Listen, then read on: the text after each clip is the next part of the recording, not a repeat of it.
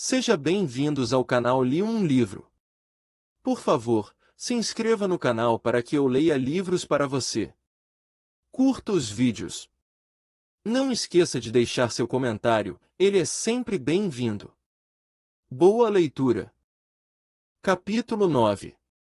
No dia seguinte, num momento de enternecimento, querendo dar à sua felicidade um meio mais poético, e como o tempo estava adorável, Godofredo propôs o irem estar uns dias a Sintra.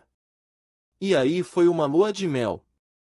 Estavam na Laurence, tinham um pequeno salão para eles sós, levantavam-se tarde, Godofredo quis champanhe ao jantar, e beijavam-se às escondidas debaixo das árvores. E Godofredo não a deixava um instante, ávido de gozar de novo aquela intimidade, que ele julgava perdida, sentindo um prazer infinito em a ver apertar o colete, encontrar um chambre dela sobre uma cadeira, ou assistir-lhe ao penteado. Ao fim de 4 dias voltaram, e esta lua de mel prolongou-se ainda em Lisboa, cheia e larga, sem considerações por despesas, com carruagem da companhia, e camarote em São Carlos. Godofredo queria mostrar-se por toda a parte com ela, para tapar as bocas do mundo. Em São Carlos mesmo tomava sempre uma frisa, bem em evidência, fazendo exposição da sua felicidade doméstica. E como Ludovina, com os ares de Ericeira, voltará mais forte, mais cheia, magnífica na sua forte beleza de trigueirona forte, os homens na plateia olhavam-na muito, havia sempre algum binóculo fixo sobre ela. Lá estão a olhar, dizia Godofredo. Estão pasmados de nos ver juntos. Pois é para que saibam. E à frente do camarote puxava devagar os punhos, sorria a sua Lulu. Numa dessas noites dava-se africana, pela primeira vez. E Ludovina, que durante toda a representação estivera torturada com um par de botinas novas, quis sair no meio do 5º ato, e ele cedeu logo, apesar do prazer que lhe davam os gorjeios patéticos da Alterone, sob as ramagens das mancenilheiras, à luz trágica da lua cheia. Agasalhou-a, deu-lhe o braço, e no peristilo, a um canto, esperavam que se aproximasse a carruagem da companhia, quando, de repente, apareceu o Machado, de charuto na boca, enfiando o paletot. Ele de certo não os viu porque continuou, através do peristilo, assobiando, com o seu ar um pouco gingado, de gravata branca, acabando de abotoar o paletot. Mas de repente deu com eles. Um momento pareceu hesitar, ficou enleado, pálido, com os dedos esquecidos nos botões. Depois decidiu-se, tirou profundamente o chapéu. De dentro da gola branca da saída de baile, ela fez um ligeiro movimento de cabeça, baixou os olhos, séria, impassível, imóvel, com a sua grande cauda azul apanhada na mão. E Godofredo, depois de hesitar também um instante, terminou por dizer alto um olá Machado, boa noite. Machado saíra vivamente, para fora. No dia seguinte, quando Godofredo entrou no escritório, Machado já estava à sua carteira. Depois dos cumprimentos secos e usuais, Godofredo esteve um momento remexendo os papéis, lendo a correspondência, depois deu um olhar vago e distraído ao jornal, evidentemente estava preocupado, com o pensamento noutra coisa, e de repente recostou-se. Fez estalar os dedos, perguntou ao Machado, então ontem que tal lhe pareceu Alterone? Era a primeira vez que lhe dirigia uma palavra, estranha aos negócios da firma. Machado ergueu-se um pouco nervoso para responder, gostei muito. E você? Boa voz, hein? E estas banais palavras, apenas soltas, foram como portas de um dique que se abre. Godofredo erguera-se também, e foi um fluxo de palavras, de um e do outro, ao princípio hesitantes, depois tomando calor, aproximando-os um do outro, formando uma viva corrente de simpatia. Era como dois amigos que se encontram depois de uma ausência, e cada um reconhecia no outro aquilo que nele sempre estimara. Com um trivial gracejo do Machado sobre o tenor, Godofredo ia arrebentando a rir. E uma observação de Godofredo sobre o uníssono das rabecas interessou imensamente o outro, fê-lo pensar que o Godofredo era realmente um grande entendedor de música. Depois Godofredo falou da estada em Sintra. E um momento conversaram sobre Sintra, dizendo cada um os sítios que lá preferia, a impressão que eles lhe davam, como se depois daquela longa separação sentissem a necessidade de conferirem as suas ideias e os seus gostos respectivos. Depois, como Machado tinha de sair mais cedo, o shake hands que deram a despedida foi profundo, ardente, de uma reconciliação completa, unindo-os outra vez e para sempre. Então, outra vez, a vida de Godofredo foi calma e feliz. Na casa da rua de São Bento entrará de novo a ordem e a alegria. Os ovos ao almoço já não apareciam crus ou duros. Já à noite o souvenir de Andalousie dava a Godofredo aquele não sei que dos vergéis de Granada. E a todo momento a voz dela, o frou-frou dos vestidos dela banhavam de alegria o seu coração. E o inverno tinha assim passado, passava a primavera, estava-se nos primeiros calores de março quando, uma manhã, ao sair, ao passar no corredor, avistou entre portas a Margarida que dava subrepticiamente, e em segundo, uma carta à senhora. Foi como um rochedo que lhe arremessassem contra o peito. Mal atinava com o fecho da porta, imaginou logo outro homem, outro amante, e a sua felicidade, aquela felicidade tão laboriosamente reconstruída, de novo rachada por todos os laços.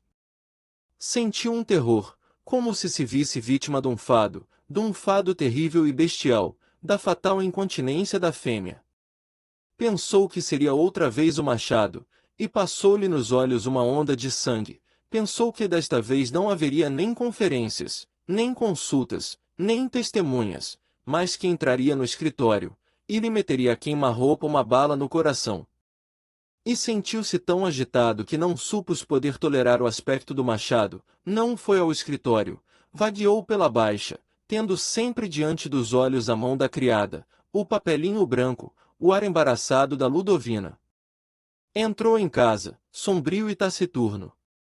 E não podia estar quieto, ia de uma sala a outra, atirava com as portas, com o ar de um homem que sufocava, sentindo em volta de si o ar carregado de engano e de traição. Ludovina espantada terminou por lhe perguntar o que tinha ele. Nervos, respondeu com mau modo. E daí a momentos, cedendo a um impulso furioso, voltou-se para ela, declarou que estava farto de mistérios, que aquela vida era um inferno, e que queria saber que papel era o que lhe tinha dado a Margarida. Ela olhou, pasmada daquela violência, daquela voz estridente, levando instintivamente a mão ao bolso do robe de chambre. Ele seguirá-lhe o movimento. Ah, tens aí a carta. Deixa ver. Ela então mostrou-se ofendida com aquela desconfiança. Recomeçavam outra vez as suspeitas, as questões? O que, não podia ela receber um papel sem ele querer meter o nariz? Ele, pálido, com os punhos fechados, gritou, ou me dás a carta, ou te racho. Ela fez-se pálida, chamou-lhe malcriado, caiu para o sofá a chorar, com as mãos no rosto. Dá-me a carta! Gritava ele em bicos de pés. Dá-me a carta! E desta vez não há de ser como da outra vez. Vais para um convento, mato-te. E não esperou a resposta, arremessou-se sobre ela, torceu-lhe o braço, rasgou a algibeira do robe de chambre, apoderou-se da carta. Mas não podia perceber a letra, era uma garatuja, sem ortografia, num pedaço de papel pautado. Começava minha querida senhora, vinha assinada Maria do Carmo, e falava-se lá de esmola, do pequenito que estava melhor do sarampo e de orações que não deixariam de se rezar por aquela boa esmola. Trêmulo, murcho, humilhado, com o papel na mão, ele veio sentar-se ao lado de Ludovina que chorava entre as mãos, e passando-lhe o braço pela cintura, balbuciou, está bem, vejo que não é nada, desculpa, dize lá o que é. Ela repeliu-o, pôs-se de pé, toda ofendida. Estava satisfeito? Tinha lido a carta, hein? Era de um homem, não era? Ele balbuciou, envergonhado, mas também todos esses mistérios. E como ela, bela e de pé, limpava os olhos engolindo os soluços, ele não se conteve, teve necessidade do seu perdão, pôs-se de joelhos, e com as mãos postas, murmurou: perdoa, Luluzinha, foi tolice minha. Com um outro soluço ainda maior, ela bateu-lhe com a ponta dos dedos na face. E ele então quase chorou também, beijou-lhe as mãos, abraçou-lhe os joelhos, terminou por se erguer agarrado às saias dela, encheu-lhe o pescoço de beijos.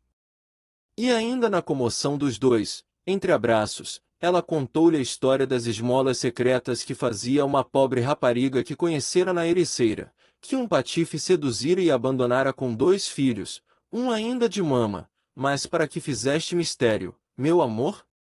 Continuava ele, comovido e apaixonado. Ela então confessou que já lhe dera mais de 5.000 réis, e tinha que ele achasse extravagância. E a alegria que ele sentia era tão viva que exclamou: qual extravagância?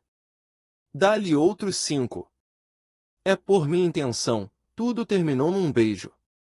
E então Godofredo sentiu-se envergonhado da sua cólera dessa manhã contra o machado.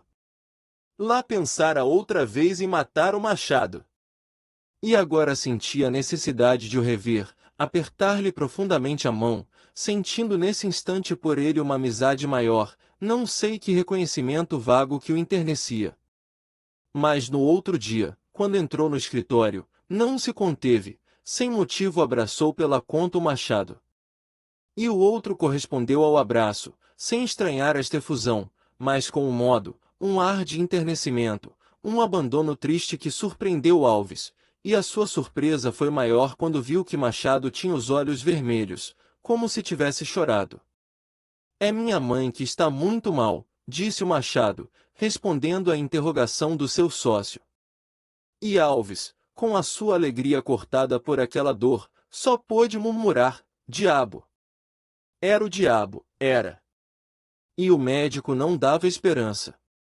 A pobre senhora sofria de uma complicação de doenças de fígado, de bexiga, de coração, que pareciam resolver-se agora, num desarranjo total da vida. Na véspera tinha tido um desmaio de 2 horas. Ele julgara-a morta, e nessa manhã tinha um alívio, extraordinário, de que ele desconfiava. E o pobre Machado suspirava dizendo isto. O amor da mãe fora até aí o seu sentimento mais vivo, eles tinham vivido ambos, sempre juntos, por causa dela ele nunca quisera casar, e agora aquela perda parecia tirar da sua vida tudo que lhe a tornava cara. Deus não há de querer uma desgraça, murmurou Godofredo comovido. O Machado encolheu os ombros, e daí a instante saiu, para voltar para junto da sua pobre doente. Todos os dias então, 3, 4 vezes, Godofredo ia à casa de Machado saber notícias. A pobre senhora piorava, felizmente não sofria, e os seus últimos instantes eram consolados por aquele amor em que o filho a envolvia, não se arredando um instante do leito dela, recalcando a dor, escondendo a palidez, animando-a, falando de planos e de idas para o campo, e gracejando como nos bons tempos. Depois uma tarde Godofredo chegou a saber notícias. A criada apareceu com o avental nos olhos. A senhora morrera havia 1 hora, como um passarinho. Ele entrou, Machado caiu-lhe nos braços, perdido de choro. Godofredo não o deixou mais, passou essa noite com ele, ocupou-se do enterro, dos convites, da compra de um terreno no alto de São João. E ao outro dia, na solenidade dos pêsames, os amigos da casa davam-lhe a ele apertos de mão, tão sentidos e tão mudos, como ao próprio Machado, reconhecendo, nele, mais que um irmão de Machado, quase um pai. O enterro foi concorrido, havia 20 carruagens, Godofredo levava a chave do caixão, e no cemitério dirigiu tudo, convidou os amigos mais íntimos para as borlas do esquife, cochichou com os padres, prodigalizou-se, e, quando o caixão desceu à cova, as únicas lágrimas que houveram foram as dele. No dia seguinte Machado partiu para Vila Franca para a casa de uma tia, e Godofredo foi levá-lo à estação, ocupou-se da sua bagagem, chorou outra vez ao abraçá-lo. Passados 15 dias Machado voltou, ocupou outra vez a sua carteira no gabinete de Reps Verde. Mas não parecia o mesmo. Estava mais sereno, sim, mas tão triste no seu luto, que Godofredo, sempre romântico, pensou de si para si que aqueles lábios nunca mais sorririam. Depois, vendo-o demorar-se à carteira, sem vontade de ir para a casa agora vazia, para o jantar solitário, veio-lhe um dos seus bruscos impulsos de bondade, esqueceu tudo, abriu os braços ao Machado. O que lá vai? Venha você daí jantar conosco. E nem o deixou hesitar, quase lhe enfiou, paletot, arrastou-o pela escada abaixo, chamou uma tipóia, atirou-o para dentro, levou-o em triunfo à rua de São Bento. Machado todo o caminho não disse nada, tremendo aquele encontro, palidecendo já, procurando uma palavra natural para lhe dizer. Logo na escada sentiram o som do piano, e daí a instantes Godofredo, metendo a cabeça através do reposteiro da sala, exclamava radiante, Ludovina, trago-te aqui um convidado. Ela erguera-se, e achou-se diante do Machado, que se curvava profundamente, disfarçando a sua perturbação na profundidade daquela cortesia.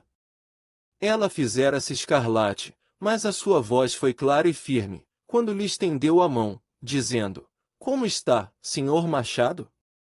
Então chegou bem? Ele balbuciou umas palavras, e ficou de pé, esfregando as mãos, devagar, enquanto Ludovina dissipava aquele embaraço, com uma infinidade de palavras, contando a Godofredo uma infinidade de palavras, contando a Godofredo uma visita de uns certos Mendonça, e falando do Mendonça, e do Mendonça pequeno, vivamente, nervosa e com as orelhas a arder. Depois, para dar as suas ordens, apressou-se a sair.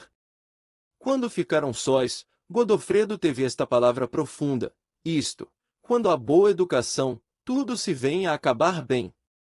Daí a pouco ela voltou, mais serena, tendo de certo posto na face uma camada de pó de arroz.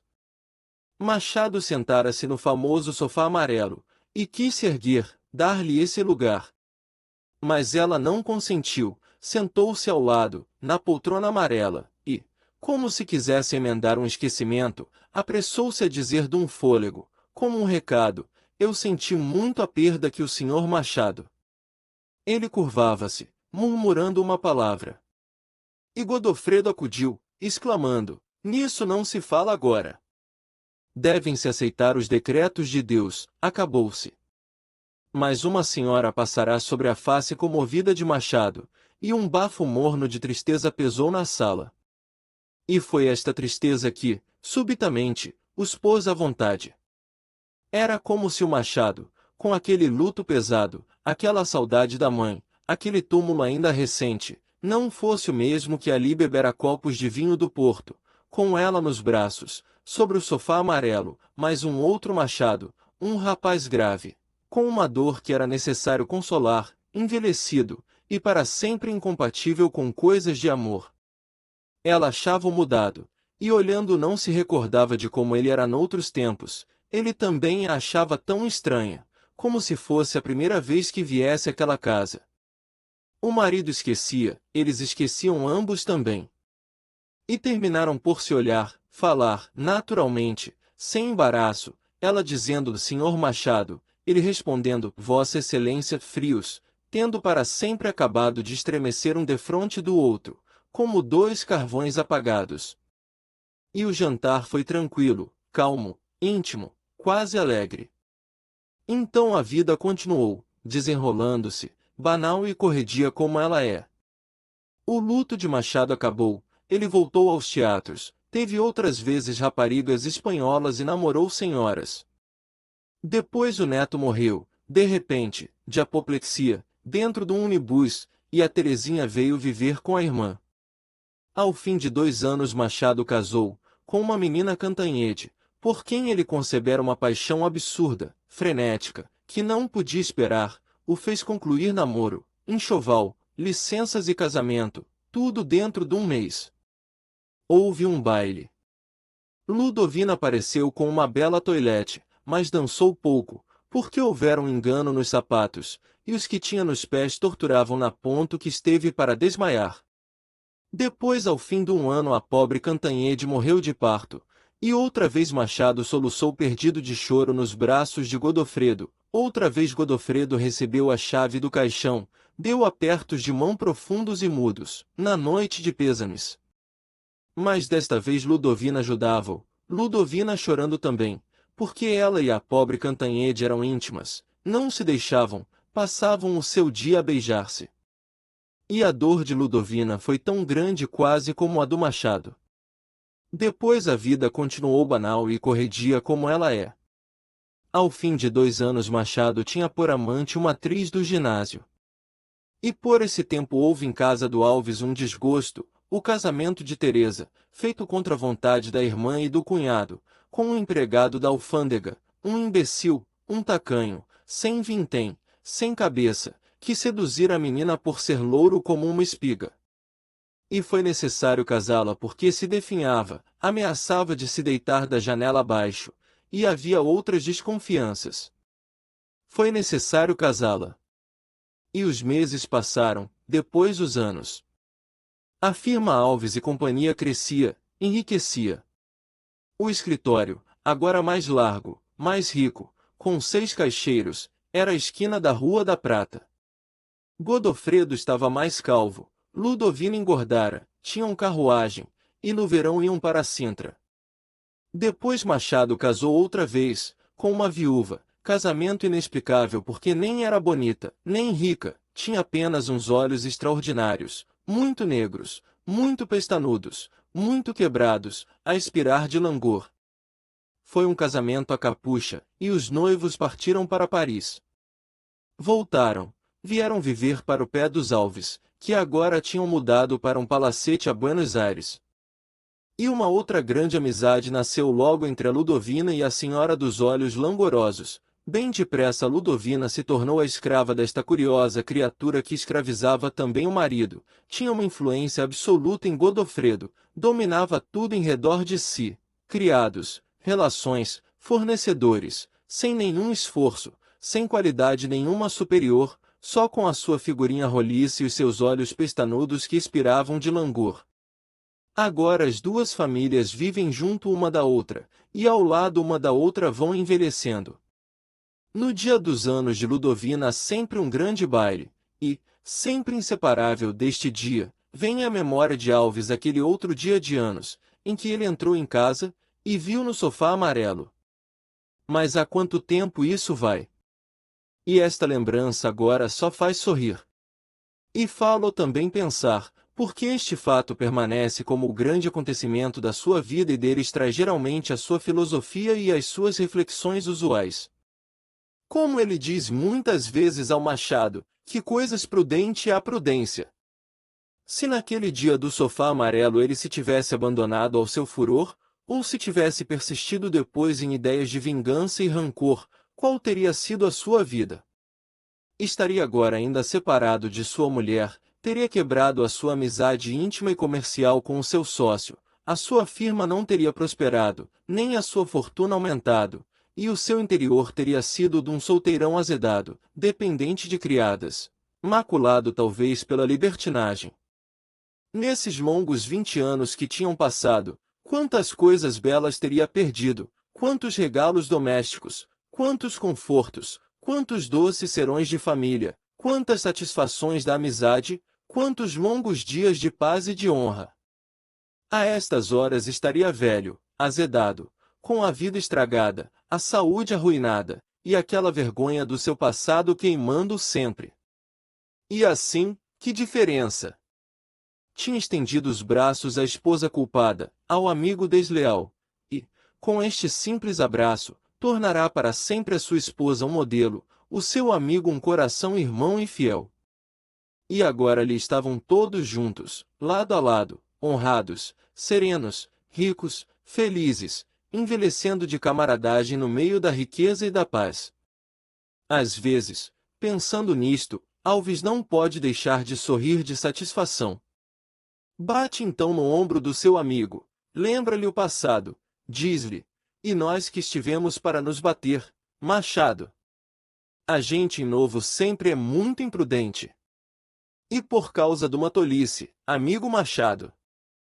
E o outro bate-lhe no ombro também, Responde sorrindo, por causa de uma grande tolice, Alves amigo. Obrigado por me deixar ler o livro para você. Siga o canal Li um Livro, para que eu continue lendo livros para você. Foi um prazer, até a próxima leitura juntos. Não esqueça de deixar seu comentário, ele é sempre bem-vindo. Até breve.